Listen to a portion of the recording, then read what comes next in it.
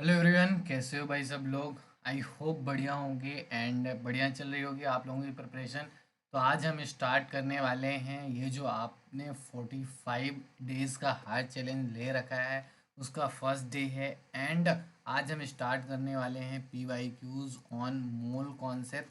सारे बच्चे pen and notebook लेके बैठ जाओ क्योंकि आपको साथ साथ में क्वेश्चंस भी प्रैक्टिस करते रहना है। एंड जो जो मैं स्टेप्स बताऊं आपको उसको भी आपको ध्यान से नोट करते रहना है, ठीक है। एंड मैं आपको बता दूं कि ये जो 45 डेज हैं ये डिसाइड करने वाले हैं कि आगे का आपका जो करियर है, आगे की जो आपकी जर्नी है वो क्या होने वाली है। तो अभी बहुत ज़्यादा इम्पोर्टेंट हो जाता है कि आपको एकदम क्लियर फोकस के साथ कुछ भी अपने ऊपर डाउट नहीं रखने का कि होगा कि नहीं होगा। बस आपको क्या करना है, पढ़ाई में जुट जाना है। हमारे साथ साथ आप भी अपने तरफ से फुल एफर्ट दो, हम भी फुल एफर्ट अपना कर रहे हैं। सो काफ़ी अच्छा रिजल्ट आने वाला है, ठीक है। सो फटाफट से एक बार दोस्तों को शेयर कर दो एंड फिर स्टार्ट करते हैं अपन आज का सेशन। Okay, let's start. चल, तो आपके सामने है क्वेश्चन नंबर फर्स्ट कब पूछा गया था। 24 जनवरी शिफ्ट 2 का क्वेश्चन है। क्वेश्चन बोल रहा है कि इन ये जो आपके पास टर्म्स दी गई हैं या जो भी यहाँ पे लिखा गया है उनमें से जो कंसंट्रेशन टर्म्स हैं वो कितनी हैं। यहाँ पे मास परसेंटेज लिखा है, मोल लिखा है, मोल फ्रैक्शन लिखा है, मोलैरिटी लिखा है, PPM लिखा है एंड मोलैलिटी लिखा है।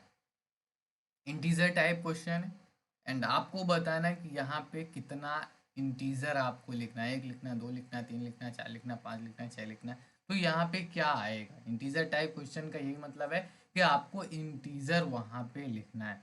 तो मास परसेंटेज देखो, यहाँ पे आपको पता होना चाहिए कि जो कंसंट्रेशन टर्म्स होती हैं वो क्या होती है। सिंपल सी बात है। कभी कभी ऐसा आता है हमारे माइंड में कि कंसंट्रेशन का मतलब कि कुछ सोल्यूशन होगा, कुछ उसमें सॉल्वेंट होगा एंड फिर सल्यूट होगा। बट ऐसा नहीं है। सिंपल सी बात है, कंसंट्रेशन टर्म्स का मतलब कि हम जो आपका टोटल कुछ है उसमें किसी दूसरे का हम पार्ट ढूंढ रहे हैं। तो मास परसेंटेज क्या होता है, सिंपल सा परसेंटेज लिखा है एंड मास। तो जो टोटल मास है एंड जो मास हम चाहते हैं जिसका परसेंटेज निकालना है तो वो मास इंटू 100। तो मास परसेंटेज भी कंसंट्रेशन टर्म्स है। एंड जो मोल है, मोल क्या होता है, मोल तो गिनती होती है, एक मोल, दो मोल, तीन मोल, चार मोल, कितने भी मोल हो सकते हैं। तो मोल क्या होता है, एक गिनती, सिर्फ नंबर होता है। तो हमें पता है 1 मोल इज इक्वल टू कितना होता है, 1 mole is equal to 6.022 into 10⁻23 entities, मतलब नंबर्स हैं, ठीक है।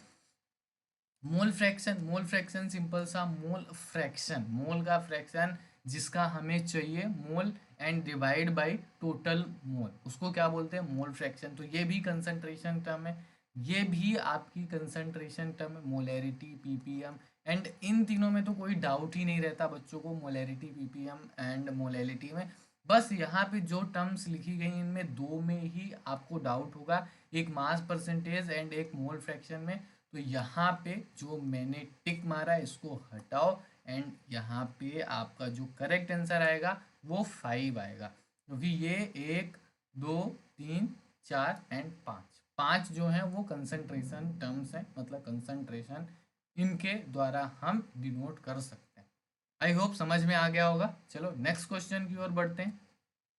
काफ़ी प्यारा क्वेश्चन है, क्वेश्चन नंबर सेकंड, जो कि 25 जनवरी शिफ्ट 2 का क्वेश्चन है।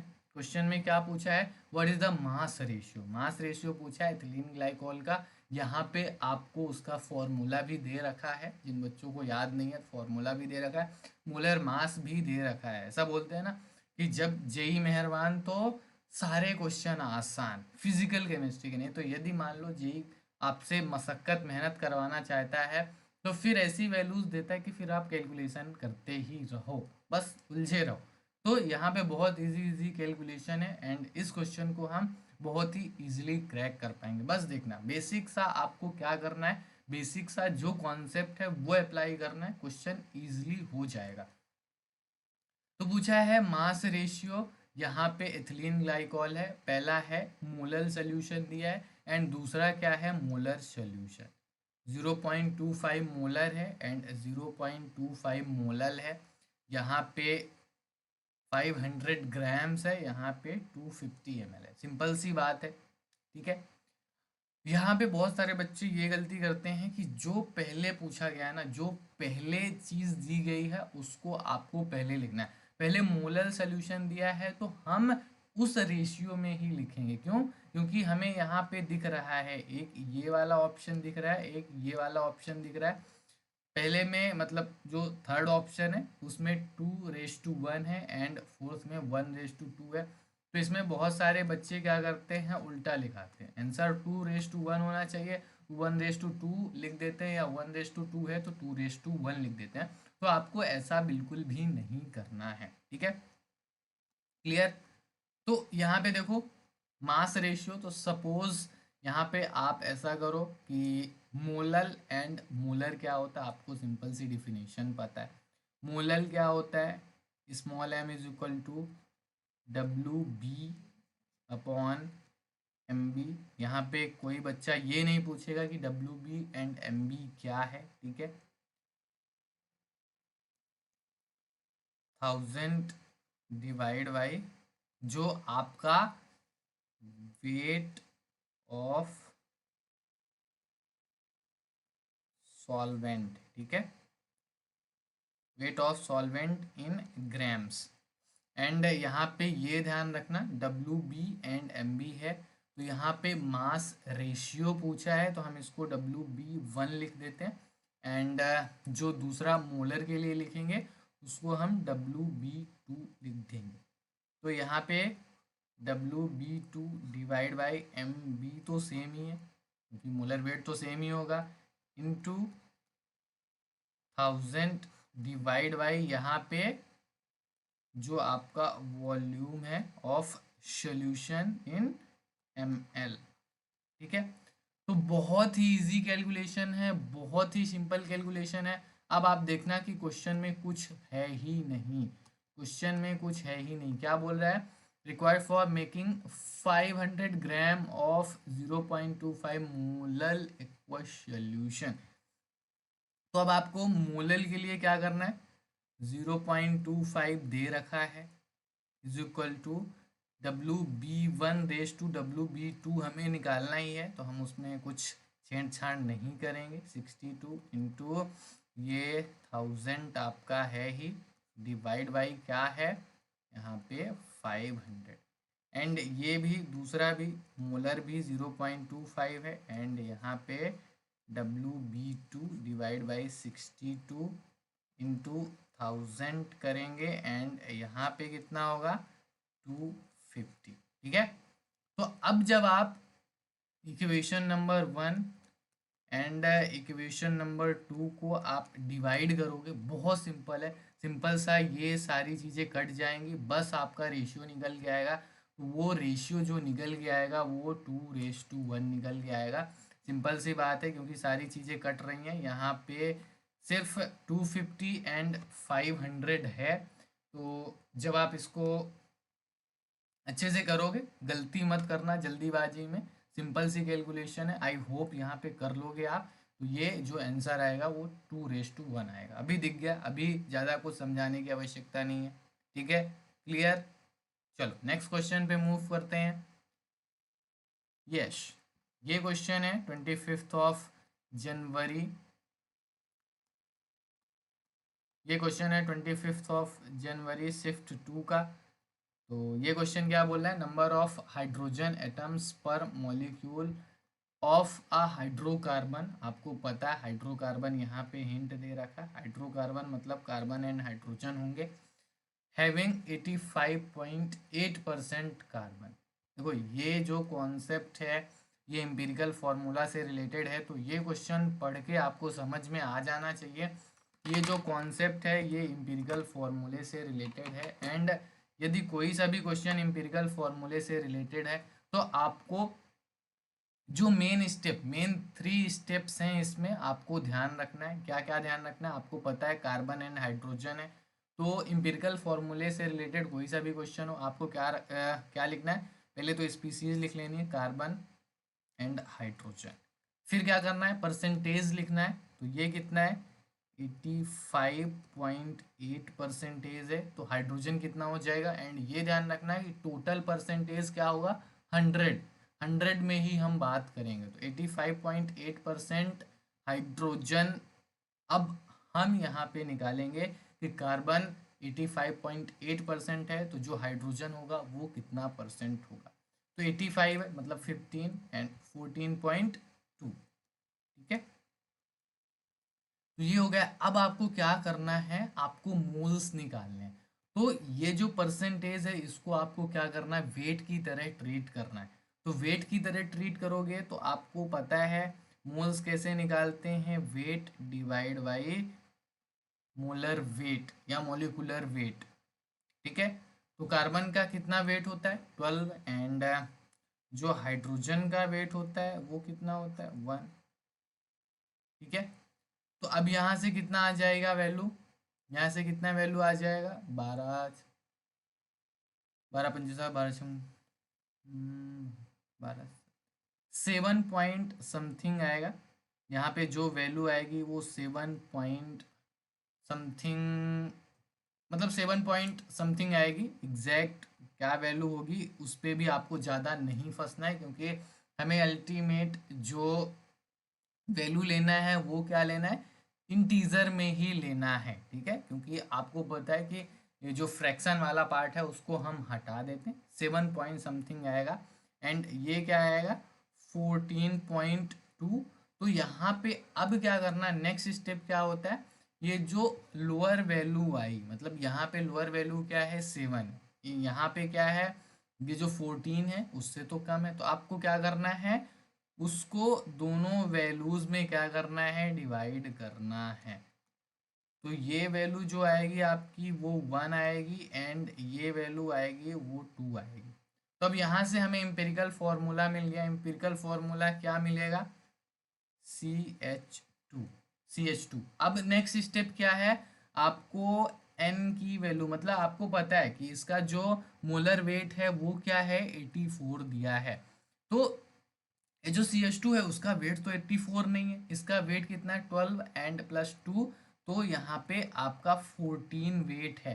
तो हमें ऐसा देखना है कि n की वैल्यू क्या आएगी, जिससे कि इसका वेट, हमें इसका वेट क्या करना है? 84 करना है, क्योंकि इसका मोलर मास 84 है। तो हमें कुछ ऐसी वैल्यू ढूंढनी है जिससे कि हम क्या करें? इसमें मल्टीप्लाई कर दें तो इसका वेट 84 आ जाए। तो एन की वैल्यू यहाँ पे क्या आएगी? चलो, यहाँ पे एन की वैल्यू क्या आएगी? फटाफट से कोई सा बच्चा बताएगा क्या? 6। सबको टेबल आता है ना 14 का? 14 6 जा कितना आएगा? ठीक है, तो यहाँ पे इसका जो फॉर्मूला होगा वो कितना निकल के आएगा? यहाँ पे इसका जो फॉर्मूला होगा वो कितना निकल के आएगा? फटाफट से बताओ। इसका जो फॉर्मूला निकल के आएगा, एन की वैल्यू 6 है, मतलब C6, एंड एच कितना हो जाएगा?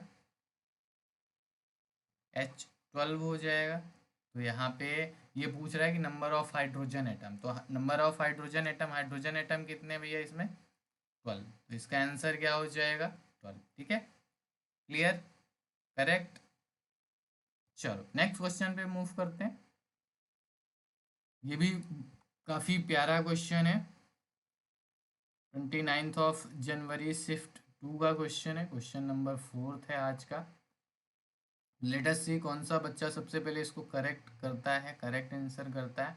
When hydrocarbon A undergoes combustion in the presence of air, एक हाइड्रोकार्बन है, एयर की प्रेजेंस में उसका कंबशन हो रहा है, एंड यहाँ पे ध्यान दो, ये जो रिक्वायरमेंट है 9.5 equivalence of oxygen and produces 3 equivalence of water, what is the molecular formula of ए।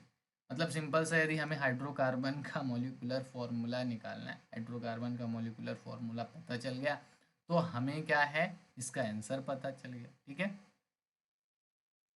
तो यहाँ पे इक्विवेलेंट ऑक्सीजन ले रहा है एंड वाटर प्रोड्यूस कर रहा है। तो सिंपल सा, इस तरह का कोई सा भी क्वेश्चन हो हाइड्रोकार्बन का जो कि कंबशन में जा रहा है, तो सिंपल सी बात है, एक फॉर्मूला याद रखना जो कि हमेशा काम आने वाला है। वो क्या है, CXH2। हाइड्रोकार्बन है तो उसमें कुछ कार्बन होगा एंड कुछ हाइड्रोजन होगा, एंड कंबशन हो रहा है तो आपको पता है ऑक्सीजन, कंबशन हो रहा है तो आपको पता है कि जो कंबशन है वो ऑक्सीजन की प्रेजेंस में होगा। तो यहाँ पे कुछ ऑक्सीजन भी होगा एंड यहाँ पे आपको CO2 गैस मिलेगी एंड यहाँ पे आपको H2O मिलेगा। ठीक है, तो यहाँ पे ये देखो CXH है एंड यहाँ पे कुछ ऑक्सीजन होगी, जिसे सिंपल सा मोल कॉन्सेप्ट आपको क्या करना है, सारे मोल्स जो हैं उनको बराबर करने, बैलेंस इक्वेशन किसको बोलते हैं। तो यहाँ पे यदि C जो कार्बन है वो X है, हाइड्रोजन Y है, तो यहाँ पे जो वैल्यू आएगी X प्लस Y/4 आएगी एंड यहाँ पे जो वैल्यू आएगी वो X आएगी एंड यहाँ पे जो वैल्यू आएगी वो Y/2 होगी। तो ये ध्यान रखना, ये काफ़ी इम्पोर्टेंट फॉर्मूला है। ठीक है, एंड इक्विवेलेंट्स हो, मोल्स हो, वॉल्यूम्स हो, तो हम क्या कर सकते हैं, इनको आपस में रिलेट करते हैं। याद रखना, कभी भी मास के साथ रिलेट मत करना, क्योंकि मास आप समझ रहे हो, मास एंड मोल्स में अलग अलग अंतर है। क्यों, क्योंकि जो एटम्स होते हैं जो आपस में रिएक्ट करते हैं, मॉलिक्यूल्स होते हैं, वो नंबर्स में क्या करते हैं, नंबर्स में रिएक्शन करते हैं या कुछ नया प्रोडक्ट बनाते हैं। मास सबका अलग अलग हो सकता है, तो ध्यान रखना इक्विवेलेंट्स है, वॉल्यूम्स है एंड मोल्स है, तो इसको आप रिलेट कर सकते हैं। तो यहाँ पे हमें दो इक्वेशन बनानी है, सिंपल सा 9.5 इक्विवेलेंट्स ऑफ ऑक्सीजन है, तो यहाँ पे ध्यान से देखना, x plus Y/4 is equal to कितना है, ये जो वैल्यू आएगी वो 9.5 है, तो यहाँ से इक्वेशन नंबर 1 बन गई। एंड क्या बोला है, 3 इक्विवेलेंट्स ऑफ वाटर, तो मतलब Y/2 की वैल्यू कितनी है, 3, तो यहाँ से इजीली आपको पता चल गया कि जो y की वैल्यू है वो कितनी है, 6 है। तो यहाँ पे आप y की वैल्यू रखोगे तो x प्लस 6/4, तो 1.5 इज इक्वल टू 9.5, तो यहाँ पे x की वैल्यू कितनी आ जाएगी, फटाफट से बताओ, 9.5 में 1.5 घटा देंगे तो कितना आ जाएगा, इधर से आधा एंड 8। तो अब आपको मिल गया ना इसका फॉर्मूला, किसको किसको दिख गया, y की वैल्यू 6 है एंड x की वैल्यू 8 है, तो ये आपका करेक्ट आंसर हो गया। क्लियर, यहाँ तक चीज़ें क्लियर है।